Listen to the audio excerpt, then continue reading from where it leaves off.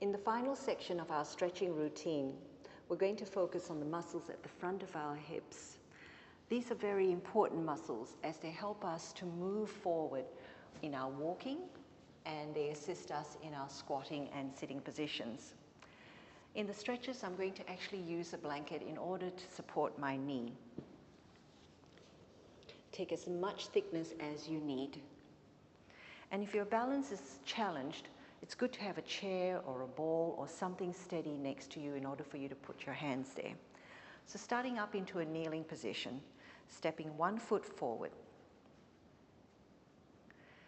Now, as you lunge down through the leg, continue to let that foot travel to the front and just let your hip descend into an angle here, keeping that front knee in line with the ankle so that your shin bone remains in a vertical position. Again, if you're feeling a little bit unsteady, just place your hand on something solid such as a chair or a little ball or something close by to you. Just continue to descend now, noticing how that hip, the moment it starts to release and give into that stretch, just allow yourself to come down a little bit deeper. Take a few breaths here.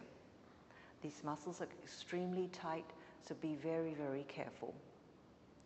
Now I'm going to get you to come back gently, bring that foot a little bit closer in, and this time you're more vertical, so the hip is tucked slightly under, the body is upright, and your shoulders are sitting over your pelvis. Hold it down here. Discover which part of the stretch feels better for you. Was it the first position or is it this one? Perhaps kneeling in this position is a bit strong on your knee. Gauge how you're feeling and work out what is best for you. Let's take that stretch through the other side.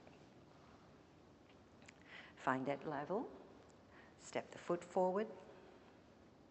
Be steady. And then lunging, continue to monitor where that knee comes over the ankle and feel that stretch through the hip here. Hands on the knee as you breathe. Good, easy does it, sinking down.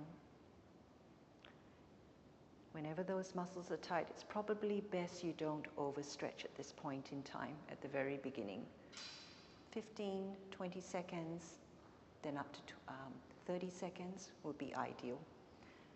Now ease yourself off and bring that foot back to the center and then just gently tuck under.